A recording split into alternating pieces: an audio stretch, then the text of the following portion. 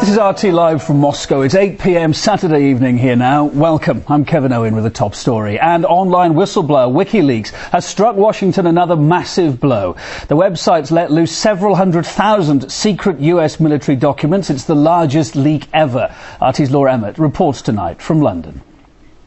The files contain evidence of nearly 110,000 violent deaths that took place in Iraq in the years between 2004 and 2009. Two-thirds of them, it seems from these files, that's around 66,000 deaths, were the deaths of civilians during this combat. Half of those were killed by the Iraqi insurgency, and half, it seems from the documents, were killed by Allied troops in military action.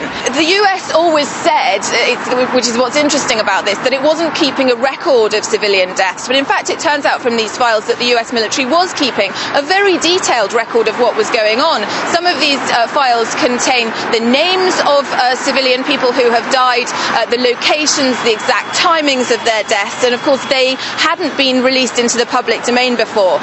Now, there's been a press conference here in London this morning releasing these details, and at that press conference was WikiLeaks founder Julian Assange, and he talked about that famous quotation that truth is the first casualty of war. Let's hear what he had to say.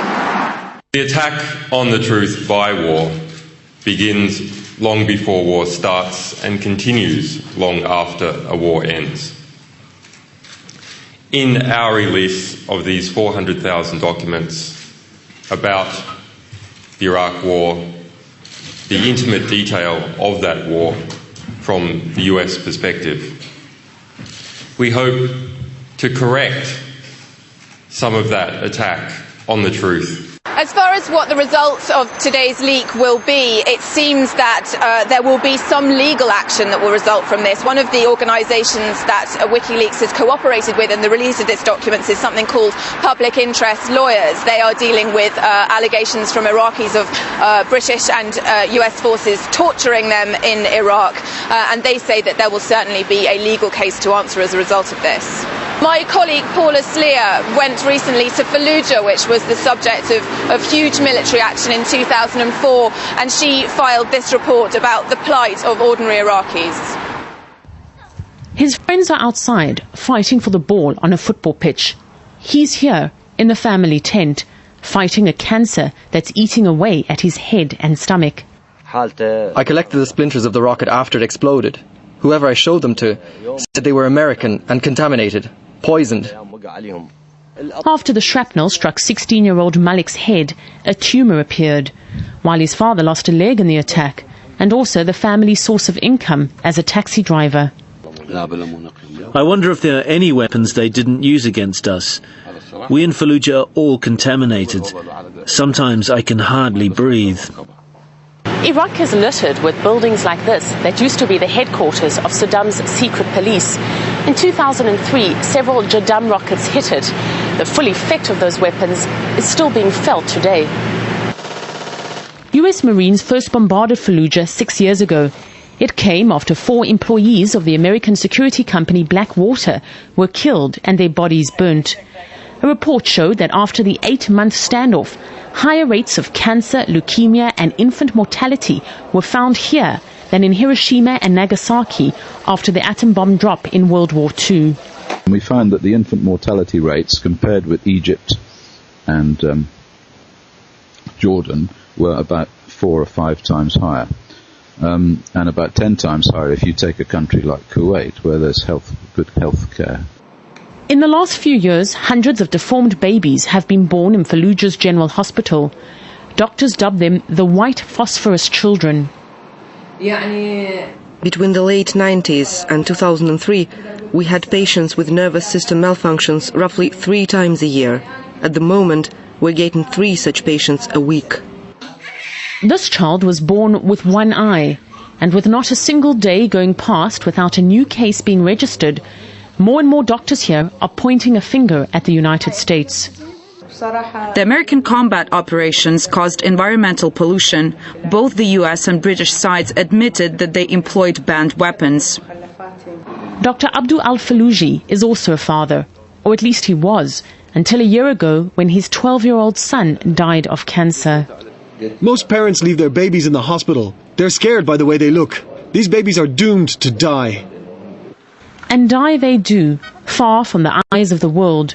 Because while Fallujah's streets might today be quiet, the city remains cut off from the rest of the country. Doctors here say they're under pressure to keep quiet. Paul Islia, RT, Iraq. Straight to Washington for reaction to this leak today. RT Cedric Moon's there. Cedric, hi. Nearly 400,000 secret files now in the public domain. And of course, that's going to take a long time to digest it all. But there has been strong reaction from Washington so far already, hasn't there? Take us through it. There has been strong reaction, Kevin. Let's talk about two principal parties in this case. First of all, the State Department. The State Department saying what the the United Kingdom and NATO have already said so far, that the disclosures put lives at risk at this point. But let's go ahead and go to the Defense Department, the U.S. Defense Department, and their reaction. Their reaction is a lot more stronger. They use the words, "We deplore WikiLeaks' we deplore WikiLeaks for inducing individuals to break the law," and they deplore the release of all this information. They, of course, also say that they are afraid that this will put people's lives in jeopardy, and they also make a parallel with what happened back in July with the WikiLeaks revelations made about the Afghan war. That these disclosures are much bigger. That the number of pages that have been released are that much bigger, 4 times bigger. So the reasoning is, if that has already gone ahead and put American lives in danger, then how does something that's much bigger, a revelation that's much bigger now, how many more lives are put in jeopardy as a result of this recent leak? Cedric, despite the warnings from Washington to WikiLeaks about publishing, even more are promised in the future. Are we likely to see any more attempts by Washington to try and stem this flow of information? Well, that's the question. I mean, what can Washington really do, especially if they don't know exactly who is behind, besides WikiLeaks, who is really behind the leaks of this information? They don't, I mean, at this point, it seems as if Washington is a bit, especially the Defense Department, is a bit of a paper tiger, trying to find who is responsible behind this. But at this point, where do they go from here? That's the big question. What could the ramifications be? Is anyone in the US ever likely to face charges, do you think, over the alleged atrocities detailed in some of these leaked documents?